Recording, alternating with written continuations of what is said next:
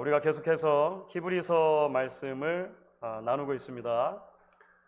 팬데믹 시대를 살아가는 그리스도인들에게 사랑과 격려를 담아서 전한 설교라고 할 수 있는 이제 히브리서 말씀을 우리가 지난 3주 동안에 걸쳐서는 이제 1장까지 말씀을 함께 나누었습니다. 서론에 해당하는 부분과 그 다음에 1장의 내용을 조금 더 자세히 들여다보았었죠. 히브리서 저자는 설교자로서 팬데믹 시대를 살아가고 있는 하나님의 백성들을 무엇보다도 말씀 앞에 세우기를 원했습니다. 그 말씀 앞에 세우는 작업을 통해서 이제 하나님께서는 왜 당신의 백성들에게 끊임없이 말씀이라고 하는 방편을 통해 다가오시는가, 이것이 사실 이제 히브리서를 여는 대단히 큰 주제 중에 하나였죠.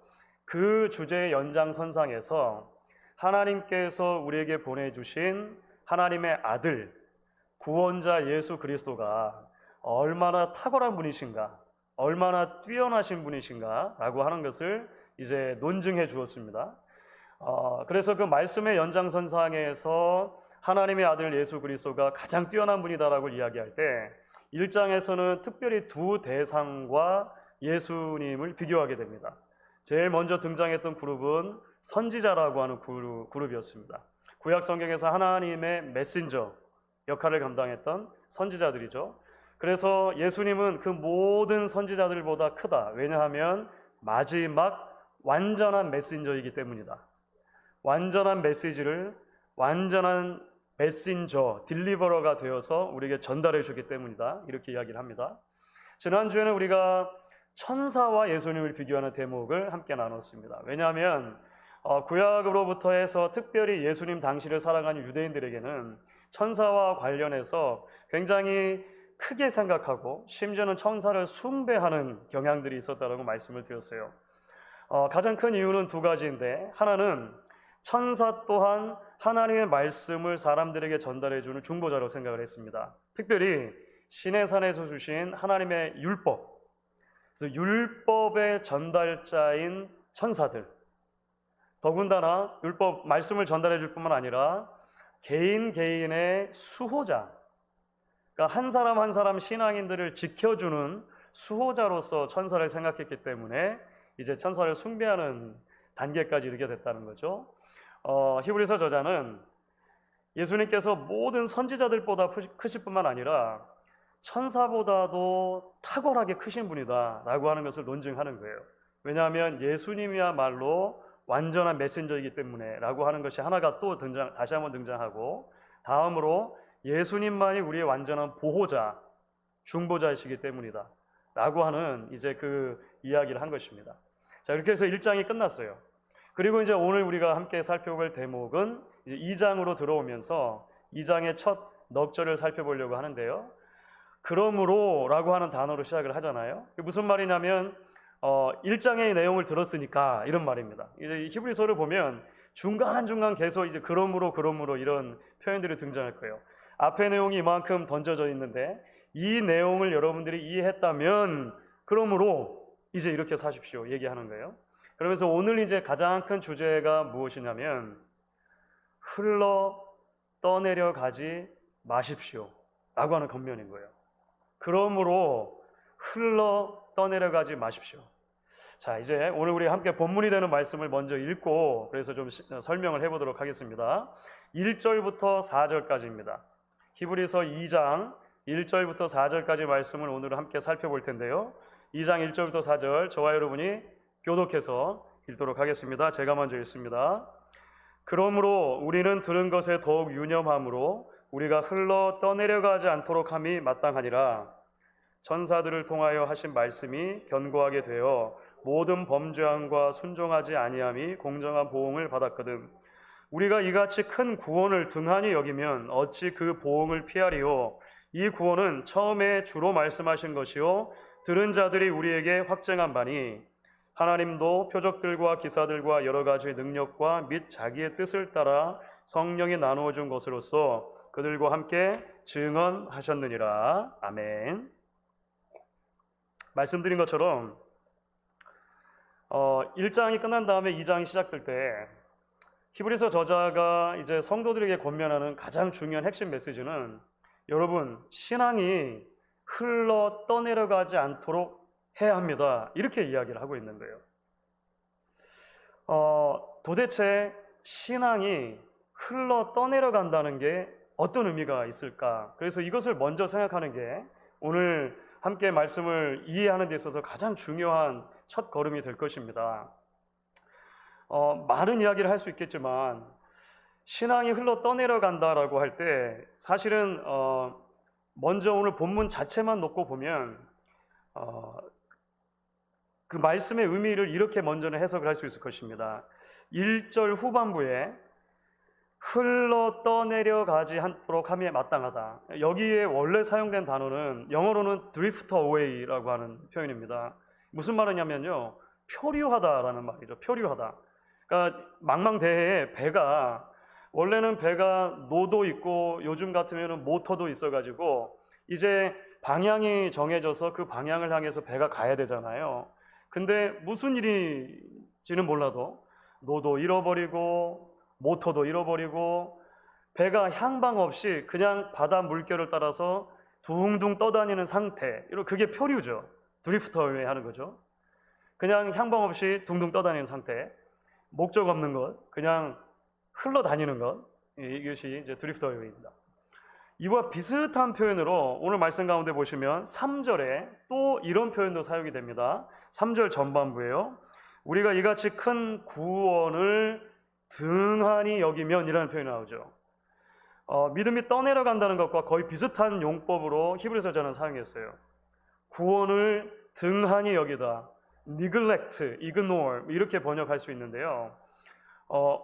너무 가볍게 여기는 것입니다. 대수롭지 않게 생각하는 거예요. 구원을. 자, 이제 이런 큰 틀 안에서 히브리서 저자가 히브리서를 처음 받는 독자들에게 여러분, 믿음이 떠내려가지 않도록 해야 됩니다 라고 하는 게 어떤 의미를 가지고 있을까 이야기해 볼 수 있을 것 같습니다. 자, 첫 번째는 아마 이렇게 이해할 수 있겠죠. 신앙을 잃어버리는 것이라고 말할 수 있습니다. 가장 기본적인 의미일 것 같아요. 신앙을 잃어버리는 것. 사실 서론 때부터 쭉 말씀을 드렸는데요. 팬데믹 시대를 살아가면서 특별히 네로치아에서 온갖 종류의 핍박을 받으면서 유대인 그리스도인들에게 가장 심각한 신앙의 현실적인 문제는 뭐냐면요, 배교입니다. 배교. 신앙을 버리는 거예요. 물론 오고 오는 후대의 이제 신앙인들은 이 본문을 가지고 고민을 하기 시작합니다. 사실 알미니안적인 신앙을 가진 분들은 별로 고민하지 않아요. 이 본문 가지고. 그런데 저희처럼 개혁주의 신학을 가지고 있고 칼빈주의 신학을 가진 사람들은 이 본문에서 고민이 되는 거예요. 그러면 우리가 받은 구원이 한 번 구원 받았다가 취소될 수가 있는가? 이런 질문을 자꾸 던지는 거예요. 만약에 내가 한 번 정말로 하나님 앞에 구원받는 게 맞는데 하나님의 은혜로 구원해 주시는 것이고 구원은 전적으로 하나님께 있다라고 하는데 우리가 하나님 앞에서 구원받는 게 맞다면 그 구원이 취소될 수가 있는가? 그게 가능한가? 라고 하는 질문인 거예요. 만약에 한번 구원받았다가 구원이 떨어지는 것이라면, 잃어버릴 수도 있는 것이라면 하나님의 부르심이 효과적이라고 하는데 문제가 있는 게 아닌가? 그러면 하나님의 전능하심에는 어떻게 타격을 받는 게 아닌가? 이런 온갖 생각들을 하는 거예요. 많은 이야기들을 한꺼번에 다 할 수는 없지만 우리가 여기서 기억할 대목이 있습니다. 그것은 히브리서 저자가 지금 신학자로서 구원과 관련된 어떤 논문을 쓰듯이 논리적인 설명을 하는 게 1차적인 목적이 이 대목에서 아니라고 하는 것입니다. 코로나 사태를 겪으면서 마스크를 쓰는 게 중요하다 이런 이야기 계속 나왔잖아요. 그래가지고 그 도표 여러분들 아마 한 번쯤은 보셨을 것 같아요. 한 사람은 확진자고 한 사람은 확진자가 아닌데 둘 다 마스크를 벗었을 경우 감염률 몇 %, 한 사람이 마스크를 쓰고 한 사람이 안 쓸 경우에 몇 %, 다른 사람이 바꿔서 썼을 경우에 몇 %, 둘 다 썼을 경우에 몇 %, 이런 거 있잖아요. 둘 다 썼을 경우에도 하여간 가장 많이 확률이 줄어드는데 그래도 한 5% 이상 정도는 된다고 하잖아요. 근데 아주 제가 재미있는 사파를 하나 봤는데요. 그 마지막 줄에 누가 하나를 더 해놨어요. 감염률이 0% 있을 가능성이 있다는 거예요. 그러고 나서 거기다 뭐라고 적어놨냐면 한 사람이 다른 사람에게 Can we talk about theology? 우리가 지금 신학적인 논쟁을 한번 해볼까요? 했더니 다른 사람이 고개 돌리고 가버리는 거예요. 감염률 0%. 왜 이런 얘기를 드리냐면요. 사실 뭐 이 신학이 굉장히 중요합니다. 그죠? 우리의 삶을 붙들어주고 우리 신앙의 틀을 제공해 주는 데 있어서 대단히 중요한데 사실은 신학은 결국은 교회를 위해 있는 것입니다.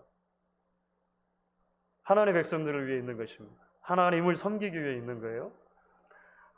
이 말씀을 히브리서 저자는 1차적으로 신학자의 입장이 아니라 목사의 마음으로 전달하고 있는 것입니다. 실제적으로 우리 교인들 가운데 신앙에 있어서 심각한 고민을 겪고 이제 곧 그리스도교 신앙에서 기독교 신앙에서 떠나려고 하는 사람이 있는 거예요. 너무나 안타깝죠. 뜨거운 마음을 담아서 여러분 그러면 안 됩니다. 그러면 안 돼요. 지금 힘들어도 지금 당장 우리가 사자밥이 될 것 같아도 여러분 예수 그리스도를 믿는 신앙을 버리면 안 됩니다. 그 신앙에서 떠내려가면 안 됩니다. 라고 하는 뜨거운 마음을 담아서 먼저 전하고 있다는 것을 이해해야 한다는 거예요. 사실은 바울도 여러 면에서 그렇게 말하는 적이 많이 있습니다. 여러분이 구원을 두렵고 떨림으로 이루어야 합니다라고 이야기하기도 해요. 거룩을 향해서 여러분들이 열심히 내지 않으면 누구든지 거룩하지 않으면 주를 볼 수 없습니다 라고까지 이야기하게 합니다. 이런 모든 것들은 사실 그들이 처해 있는 교회의 정황 속에서 나온 것이다 라고 하는 것을 이해할 필요가 있다는 것이죠. 오늘날 우리에게는 어떻게 적용할 수 있을까요? 여러분 우리가 신앙생활을 하다가 신앙의 자리에서 점점 더 멀어지게 되는 경우들이 오게 됩니다. 이유는 사실 그 C.S. 루이스도 그런 이야기를 한 적이 있는데 우리가 신앙 가운데 드리프트 어웨이 되는 신앙 가운데 잘 신앙생활 하다가 갑자기 신앙생활에 어떤 그 동력을 잃어버리고 이렇게 점점 멀어지게 되는 이유가 무엇인가? C.S. 루이스는 그냥이라고 얘기합니다. 그냥 살다 보니까가 정답이에요. 우리가 여러분 신앙의 자리에서 멀어지는 것은요, 우리가 교회를 다니다가 갑자기 내가 신학적인 문제에 있어서 큰 고민이 있어서라든지 교회 안에서 누군가와 그런 신학적인 큰 논쟁이 붙어가지고 도저히 우리 교회에서는 내가 이 신앙생활을 바르게 할 수 없겠다. 그런 경우는 1%, 2%도 되지 않습니다. 대부분의 경우에 있어서 우리가 믿음의 자리에서 예배 자리에서 멀어지는 것은요, 그냥 열심히 우리에게 주어진 삶을 살다 보니까 어쩌다가 조금씩 그래서 멀어지는 거예요. 여러분 그렇지 않습니까? 열심히 직장 다니다 보니까 조금씩 주일을 빼먹을 수밖에 없고 열심히 미국에서 자녀들 키우려고 하다 보니까 조금씩 신앙의 자리를 타협할 수밖에 없고 노후도 좀 생각해야 되니까 여러 가지 살아가다 보는 과정 속에서 이 신앙의 자리에 조금씩 멀어질 일들이 있게 되는 거예요. 여러분 그러다 보면 영영 교회와 멀어지는 케이스들이 오게 됩니다. 오게 돼요. 소위 말하는 가난 성도들이죠. 여러분 우리가 살고 있는 필라델피아도 수많은 그런 분들이 있습니다.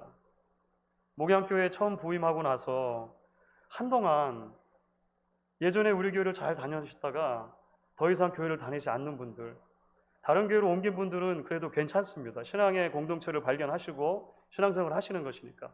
그런데 신앙의 자리에서 아직 아예 멀어진 분들이 있으셨어요. 한 장로님께서 그 정보를 저에게 주시고 목사님, 그분들 꼭 같이 한번 신방했으면 좋겠어요. 그런 말씀하셔서 가서 신방을 했습니다. 어떻게 해서 교회를 안 다니게 됐는가? 만나서 대화를 나눠보면요, 참 좋은 분들이에요. 참 좋은 분들이에요. 열심히 사시고 열심히 이 미국 땅에서 이민자로서 살아가려고 발버둥 쳤던 분들이 어느 순간 그 자리에 와 있는 거예요. 그런데요, 그렇게 떠나간 순간 돌아오는 것이 좀처럼 쉽지가 않아요. 신앙의 공동체 안으로 다시 발을 디디는 것이 좀처럼 쉽지 않아요. 히브리서 저자는 너무 잘 알고 있는 거예요. 너무 잘 알고 있는 거예요. 여러분의 신앙이 흘러 떠내려가지 않도록 해야 합니다라고 말하고 있는 것입니다. 조금 더 우리가 이것을 확장해서 적용할 수 있을 것 같아요. 신앙의 배교의 위험은 사실은 그래도 우리에게 아주 가까이 있는 문제는 아닐 수 있습니다. 물론 우리는 늘 조금씩 드리프트 할 수는 있지만 조금씩 왔다 갔다 할 수는 있지만 완전히 신앙의 배교까지 나아가는 것은 많지는 않은 것 같아요. 오늘 말씀을 조금 더 확장하면 사실 그 3절에서 말씀했던 것에서 연장할 수 있습니다. 우리가 받은 그 큰 구원을 등한히 여기면 이라고 이제 거의 등치해서 히브리서 저자가 이야기하는데요. 다시 말하면 구원의 진리에서 멀어지는 것 자체도 신앙에 표류하는 것과 빗대어서 이야기할 수 있을 거다 생각을 합니다. 히브리서를 받는 저자들 중에도 이제 그런 그룹도 있었던 것 같아요. 그러니까 다가오는 핍박 앞에서 완전히 믿음을 저버리는 사람도 있었고, 어떤 사람들은 계속해서 믿음을 타협하는 것입니다. 특별히 가장 많은 타협점은 뭐였냐면, 말씀드렸던 것처럼 히브리서를 받는 1차 독자들이 유대인 그리스도인이었기 때문에 하나님을 버리는 건 아니에요. 하나님을 완전히 버리는 건 아닌데 유대교로 돌아가는 거예요. 이거 무슨 말인지 알겠습니까? 하나님을 버리는 건 아니지만 유대교로 돌아간다는 것은 뭐냐면 예수 그리스도의 복음을 포기하겠다는 거예요. 그렇죠. 예수가 완전한 하나님의 아들이시고 나의 구원자라고 하는 것에 대해서는 타협하겠다는 거예요. 사실 문제가 있죠. 동시에 당시에 헬라 로마 문화 속에서 정치적으로는 로마의 정치이고 그 다음에 저변의 문화는 여전히 헬라 문화가 깔려있는 속에서 권력과 재물과 쾌락을 추구하는 일반적인 많은 사조들이 여전히 넘실대고 있었는데 이런 것들과 신앙을 타협하려고 하는 모습들이 보이게 된다고 하는 거예요. 아마 우리는 이 말씀을 우리에게 이렇게 적용할 수 있을 것 같아요. 신앙의 공동체를 완전히 떠난 것은 아니지만, 그래서 믿음의 자리에서 완전히 떠난 것은 아니지만 믿음의 성장이 없이 날마다 제자리를 맴도는 신앙, 그것도 아마 우리가 구원의 진리에서 더 자라지 않고 조금씩 멀어지고 있는 것으로 이해할 수 있을 것 같습니다. 조금 더 나아가면 감격이 없이 형식적인 신앙에 빠지는 것,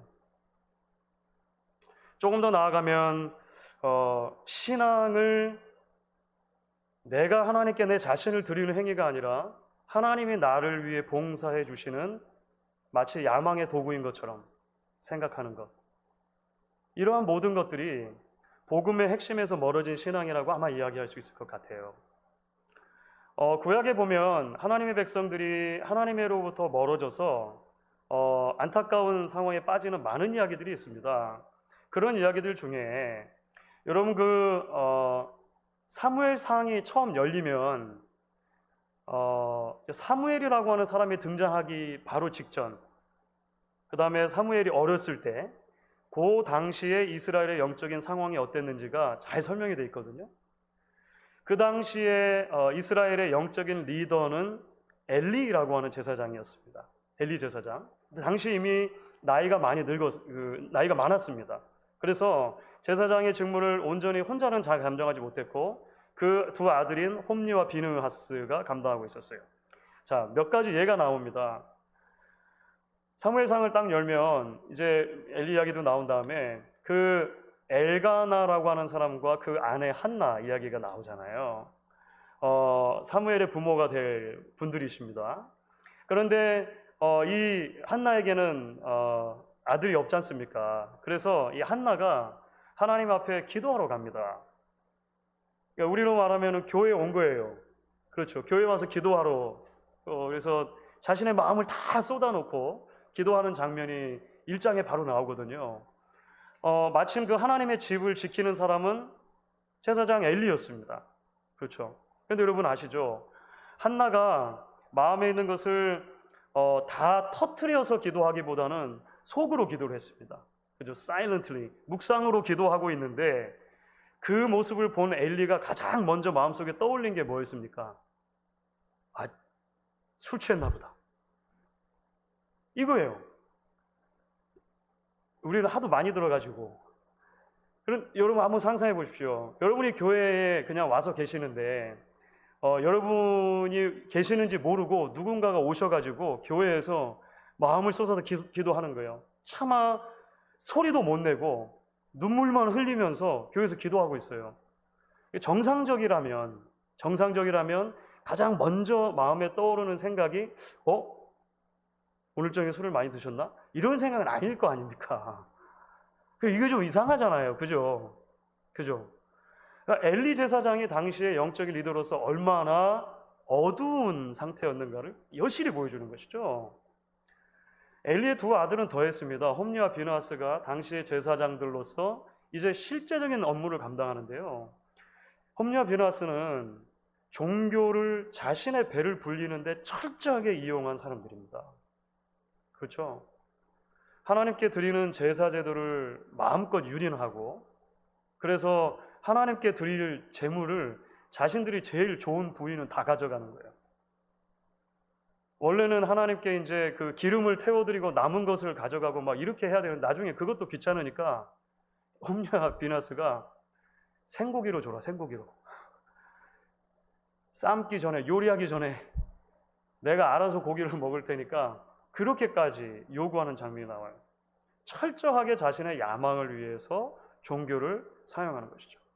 오늘날도 여러분 이것이 남의 이야기라고 먼 이야기라고 하기는 사실 힘듭니다. 신앙의 이름으로 여전히 자신의 권력의 의지와 욕구, 인정받고자 하는 욕구, 무엇인가를 성취하려고 하는 욕망, 이런 것들을 투영해서 하나님을 사용하고 이용하려고 하는, 하나님을 매니플레이트 하려고 하는 수많은 시도들이 오늘날도 있어요. 신앙에서 떠난 것처럼 보이진 않아요. 일견. 왜냐하면 교회 안에서 이루어지고 신앙의 이름으로 이런 모든 것들이 이루어지기 때문에 그렇습니다. 하지만 이건 역시도 믿음에서 떠나가는 것, 우리가 받은 바 그 큰 구원을 등한히 여기는 것과 마찬가지다라고 하는 것을 오늘 말씀을 통해 우리가 기억해야 한다는 것이죠. 자, 그렇다면 여러분, 이렇게 흘러 떠내려가는 신앙에 대해서 하나님은 어떻게 하시는가? 그 결과가 있다는 거예요. 그 결과가 뭐냐면 심판 또는 채찍질이라고 하는, 징계라고 하는 하나님의 결과가 주어진다라고 오늘 이야기하잖아요. 그런데 특별히 오늘 말씀을 보시면은 이제 그것이 2절, 3절 말씀인데요. 이것은 당시에 유대인 랍비들이 아주 좋아하는 이 가르침의 방법입니다. 작은 것으로부터 큰 것으로 적용시키는 방식입니다. From lesser to greater. 그 당시 말로는 칼 바호메르라고 하는 그 랍비의 해석 방식이 있습니다. 이런 거예요. 언젠가 제가 한번 말씀드린 것 같은데요.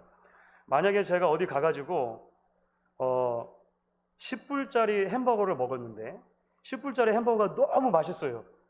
그렇죠. 옆집에 보니까 100불짜리 햄버거를 파는 거예요. 자, 이거 어떻게 적용을 하면 이렇게 하는 거죠. 10불짜리 햄버거가 이렇게 맛있다면 100불짜리야 얼마나 더 맛있겠는가? 무슨 말인지 아시겠죠? 네. 그러니까 이런 식의 논리를 세워가는 방식을 그 유대인 랍비들은 대단히 좋아했어요. 작은 것에서 적용되는 것은 큰 것에서 더 얼마만큼 적용되겠는가, 이런 논리죠. 신약 성경에 여러분 이렇게 듣고 나중에 찾아보시면 그런 대목이 많이 나와요. 근데 오늘 이제 히브리서 저자는 이렇게 말하는 거죠. 구약에 천사들을 통해 주신 말씀에 불순종한 사람들에게 반드시 하나님은 보응을 하셨는데, 그러니까 천사를 통해 주신 율법에 불순종했던 사람들은 그 하나님이 그 합당한 벌을 주었다는 거예요. 홈리와 비오나스의 경우도 우리는 마찬가지로 볼 수 있죠. 나중에 블레셋과의 죽음에서 죽음을 당합니다. 블레셋과의 전투에서 죽음을 당합니다. 자, 구약에 하나님께서 천사를 통해 주신 이 말씀에 불순종한 사람들도 징계를 받았다면, 천사보다 훨씬 크신 완전하신 하나님의 아들 예수 그리스도께서 가져다 주신 이 구원을 등한히 여기는 사람들에게 하나님이 얼마나 더 큰 징계를 주시겠는가. 자, 이런 논리로 설명한 거예요. 하나님이 징계하신다. 하나님이 이 문제를 그냥 두고 보시지 않는다. 왜냐하면 아들 예수 안에 주신 복음이기 때문이다. 이렇게 이야기하는 거예요. 자, 다시 말씀드립니다. 히브리서 저자는요, 지금 피도 눈물도 없는 차가운 지성인으로서 신앙에서 조금 위태위태하게 멀어지고 있는, 그리고 갈등을 겪고 있는 성도들을 함부로 정죄하는 것이 아닙니다. 그렇게 보면 안 돼요. 이 말씀은 따뜻한 목자의 마음을 담아서 여러분들 그렇게 하면 안 됩니다. 하나님께 혼납니다. 그러기 전에 돌아오셔야죠. 라고 말씀하는 내용과 맞닿아 있다는 것입니다. 여러분, 그렇기 때문에 히브리서 이제 전체를 통해서 그런 내용들이 강조되고 신약에도 그런 내용들이 강조되고 있는데요. 여기서 끝나지 않고 표류하는 믿음을 위해서 하나님의 해답은 무엇인가를 설명을 합니다. 그렇죠. 그러니까 백신, 지금 우리가 사실 백신이 발견됐으면 좋겠다, 이런 이제 마음을 가지고 있는데요. 기도하는 마음이 계속 있습니다. 표류하는 믿음을 위한 백신은 없을 것인가? 오늘 히브리서 저자는 사실 말씀 가운데 이미 우리에게 답을 주었습니다. 그것은 무엇이냐면요, 복음의 말씀으로 돌아가 그것을 다시 붙들라라고 하는 권면입니다. 자, 여러분 1절 후반부 보세요. 이렇게 되어 있죠. 그러므로 우리는 들은 것에 더욱 유념함으로, 이렇게 되었습니다. We must pay much closer attention to what we have heard. 우리가 이미 들었던 것에 대해서 이전보다 훨씬 더 많은 주의를 기울여야 합니다. 이미 여러분 복음을 들었습니다. 그 복음을 전보다 더 확실하게 붙들어야 합니다라고 이야기하고 있는 거예요. 3절 후반부를 보시면 이 복음에 대해서 이렇게 설명하죠. 이 구원은 처음에 주로 말씀하신 바요, 들은 자들이 우리에게 확증해 준 것이다.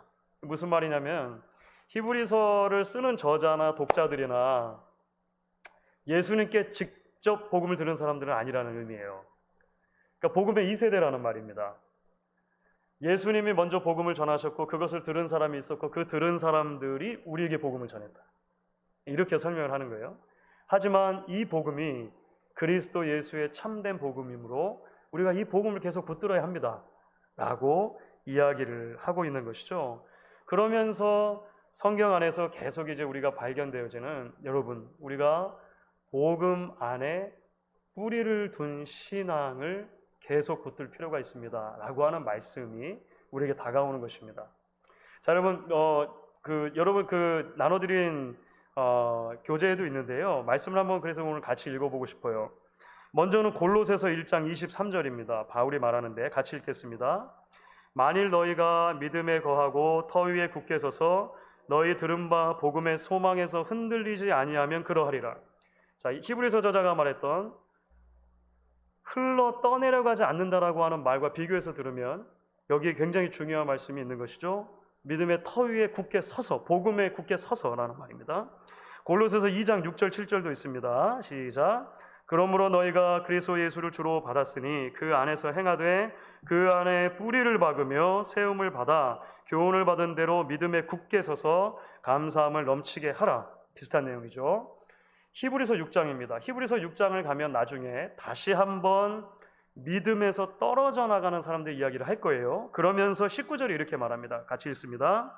우리가 이 소망을 가지고 있는 것은 영혼의 닷 같아서 튼튼하고 견고하여. 비바람이 불 때 나무가 금방 쓰러지는 것은 뿌리가 약하기 때문입니다. 뿌리를 깊이 내리고 있는 나무는 쓰러지지 않는다는 거예요. 드리프트 어웨이 하지 않는다는 거예요. 배가 위에서 표류할 때 닻을 내리면 더 이상 멀리 표류하지 않습니다. 닻이 없으니까, 앵커죠. 닻이 없으니까 멀리 떠내려가 버리는 거예요. 여기서 말하는 뿌리, 닷, 모든 것은 다 같습니다. 복음이죠. 예수를 말하는 것이다. 이해하면 될 것 같아요. 여러분 아시겠지만 이제 우리가 팬데믹 상황을 한참 지나고 있는 가운데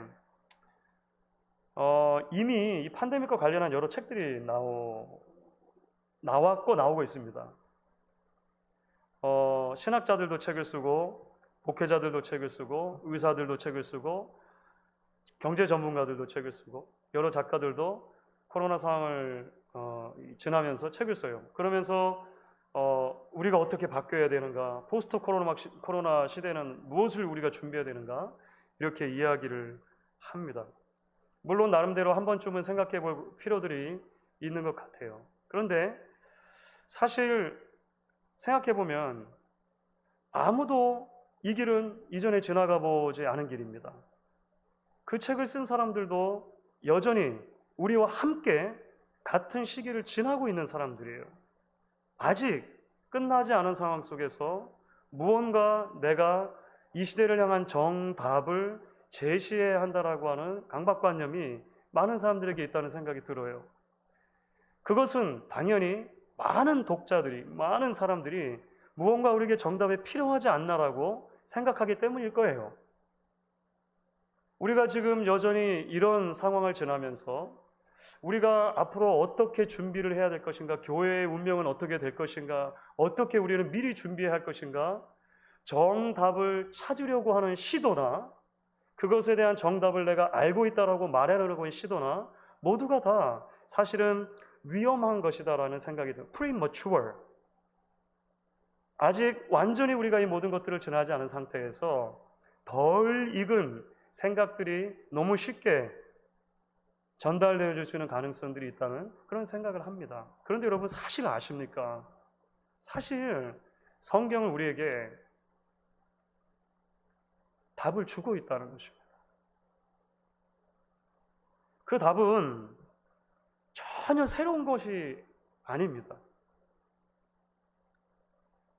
누구도 코비드-19이라고 하는 팬데믹을 지나보지 않았기 때문에 우리에게는 새로운 종류의 교회가 필요한가? 우리에게는 새로운 종류의 신앙이 필요한가? 교회사는 우리에게 그렇게 말하지 않는다는 거예요. 어느 시대에나 팬데믹이 있었고 어느 시대에나 위기가 있었고 어느 시대에나 신앙이 떠나갈 위험에 처해 있다라고 말할 만한 많은 요소들이 있었지만 그 어느 시대에나 성경이 우리에게 다가와 말을 걸어주시는 답변은 같았다라고 하는 거예요. 그것은 무엇이냐면 여러분 복음을 붙드십시오라고 하는 것이었어요. 그 어느 때보다도 더 we must pay much more attention. 우리가 이전에 복음을 이만큼 붙들었다면 지금은 훨씬 더 많이 복음을 붙들어야 합니다라고 이야기한다는 거예요. 다른 것 붙들지 말고 복음을 붙들라고 이야기하는 것입니다. 그리고 말씀드렸던 것처럼 사무엘이 태어나기 전의 상황, 사실은 그 시대에 하나님을 향해서 그토록 어두웠던 가장 큰 이유 중에 하나는 뭐냐면 하나님의 말씀이 희귀했다는 것이었습니다. 하나님의 말씀을 듣는 사람이 더 이상 없었다는 거예요. 여러분 잘 아시죠? 어린 사무엘이 엘리의 집에서 거합니다. 나시린으로 받쳐져 가지고 엘리의 집에 있는데 하나님의 집 안에 있는데 밤중에 사무엘아 사무엘아 부르시는 소리가 들리는 거예요. 엘리가 나이가 많으시고 이제 거동이 불편하니까 이제 제사장이 나를 부르시나 보다. 얼른 달려갔습니다. 부르셨나이까? 아니다. 이상하네. 돌아갔습니다. 두 번째 똑같이 사무엘아 사무엘아 부르게 됩니다. 다시 엘리에게 가서 부르셨습니까? 아니다. 엘리가 그때 여러분 참 놀라운 대목이 나오는데요. 엘리가 그때 이것은 하나님이 말씀하시는 것인가 보다라고 감지해요. 이게 무슨 말이냐면 이런 경우에 하나님이 말씀하시는 용례가 있다라고 하는 지식은 가지고 있는 거예요. 엘리는. 다시 말하면 theology는 신학은 있는 것입니다. 하지만 그 시대 엘리를 포함한 모든 사람들의 마음은 하나님에게서 떠나 있었다라고 하는 거예요. 우리가 오늘 찬양하면서 나의 가장 낮은 마음을 주께서 보시는데, 마음을 하나님께 드려야 하는데 마음은 떠나 있고 지식만 가지고 있는 것이죠. 사무엘은 아직 한 번도 하나님의 음성을 들어본 적이 없기 때문에 그 사건을 이해를 못했어요. 다시 말하면 티올로지가 없어요. 하지만 그 마음은 하나님께 온전히 드려져 있었기 때문에 그는 하나님의 음성을 들을 수 있었던 것입니다. 실제로 하나님께서 그를 통해 말씀하시는 사건을 통해서, 하나님의 말씀을 그 시대 가운데 다시 선포하시는 사건을 통해서 시대를 갱신하시고 하나님의 백성들을 다시 새롭게 하시는 것을 우리가 보게 돼요. 전혀 새로운 것을 주시는 게 아니라 늘 주셨던 말씀, 그러나 듣지 못했고 이해하지 못했던 것이 다시 들려지게 함으로 하나님의 역사가 일어나는 것이죠. 오늘날도 우리가 이 말씀에 주의를 기울여야 할 이유가 거기 있다라고 생각을 합니다. 이 말씀을 통해 언젠가도 말씀드렸던 것처럼 사마리아 수가성에서 그 한 여인이 예수님을 만난 장면이 떠오릅니다. 그 여인은 당시 사마리아 사람들이 가지고 있었던 종교적인 질문을 그대로 예수님께 던져요. 우리 조상들은 이 산에서, 그리심산에서 계속해서 하나님을 예배했는데 저 유대 사람들 보니까 예루살렘이라고 하는 곳에서 예배를 드린다고 합니다. 어디서 예배하는 게 맞습니까? 라고 묻잖아요. 근데 예수님이 뭐라고 말씀하십니까? 이 산에서도 말고 예루살렘에서도 말고 너희가 하나님께 예배할 때가 이를 것이다 라고 말씀하십니다. 종교의 껍데기가 아니라 신앙의 본질을 회복해야 될 때가 올 것이다. 그것을 가져오는 것은 바로 나다. 그리스도의 복음을 통해서 이것이 가능하다라고 이야기하시는 거예요. 여러분, 지금 우리가 장소적인 제한을 받고 있는 이때야말로 이 산에서도 말고 예루살렘에서도 말고 오직 여호와께, 아버지께 예배해야 한다라고 하는 것을 그 어느 때보다도 절실하게 깨달아야 하는 순간이 아니겠습니까? 우리가 그 어느 때보다도 그 진리를 붙들고 그 어느 때보다도 이것을 경험하고 함께 나누어야 할 때가 아니겠냐라고 하는 것이죠. 오늘 우리는 말씀을 통해서 이런 도전을 함께 나누게 되는 것입니다. 사실 오늘 제가 몇 번 강조해서 말씀드렸는데요. 딱딱한 그런 이 사람이 아니라 따뜻한 마음을 담은 설교자로서 히브리서 저자가 구체적인 성도들을 마음에 두고 설교한다라고 이야기를 했습니다. 사실 오늘 말씀은 좀 딱딱한 게 들릴 수 있어요. 왜냐하면 경고가 많기 때문에 그렇습니다. 흘러 떠내려고 하면 안 됩니다. 저주가 있을 수 있습니다. 큰일 납니다. 이렇게 계속 이야기하잖아요. 이 말씀을 보면서 우리가 참 사랑하는 시편이죠. 시편 23편에 하나님께서 목자가 되셔서 당신의 백성들을 지켜주시는 방법, 주의 지팡이와 막대기가 나를 안위하시나이다 라고 하는 구절이 떠오릅니다. 그리고 언젠가도 설명을 해드렸는데요. 목자들에게는 사실은 막대기, 지팡이 두 개가 있습니다. 지팡이는, 여러분, 지팡이는 큰 거예요. 이렇게 해서 끝이 이렇게 굽어져 있습니다. 지팡이의 용도가 뭐라고요? 보통은 양들이 이렇게 딴 길로 이렇게 가면 양의 목을 탁 깨가지고 샥 이렇게, 지팡이는 이렇게 인도해 주는 거예요. 막대기는요, 물론 짐승들이 오면 지팡이, 막대기 전부 다 무기로 사용될 수 있지만 양들에 대해서는요, 조금 또 딴 길로 가면 쿡쿡 찌르는 거예요. 막대기는. 그러니까 지팡이는 이렇게 쭉 제 길로 가라고 인도하고, 막대기로 이쪽으로 와라 이렇게 찌르고. 주의 지팡이와 막대기는요, 나를 징계하는 도구가 아니라 나를 사랑하신 하나님이 나를 보호하시고 인도하시는 도구라고 하는 것입니다. 그래서 다윗은 주의 지팡이와 막대기가 나를 안위하시나이다 이렇게 말한 것이죠. 오늘 말씀이 우리에게 그렇게 와 닿아야 할 것이라고 생각을 합니다. 여러분 오늘 말씀 가운데 1장과 비교해서 사실 인칭의 변화가 있는 것을 감지하셨는지 모르겠습니다. 2장으로 들어서면서부터 히브리서 저자는 우리라고 하는 표현을 사용합니다. 우리. 그럼 나중에 다시 한번 읽어보십시오. 전부 다 우리입니다. 히브리서 저자는 여러분 잘해야 됩니다. 잘 안 하면 망합니다. 사실 이렇게 말하고 있는 게 아니에요. 여러분 설교자인 나를 포함해서 우리가 하나님의 말씀에 붙어 있어야 합니다. 우리가 라고 계속 이야기를 해요.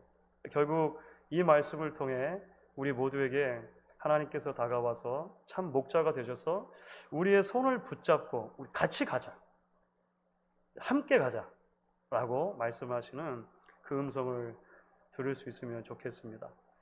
팬데믹 시대를 살아가는 우리 모두에게 주시는 오늘 하나님의 말씀이 우리를 다시 붙들고 그리스도의 복음 안에 뿌리를 깊이 내리는, 닻을 내리는 귀한 은혜의 말씀 될 수 있기를 간절히 소망합니다.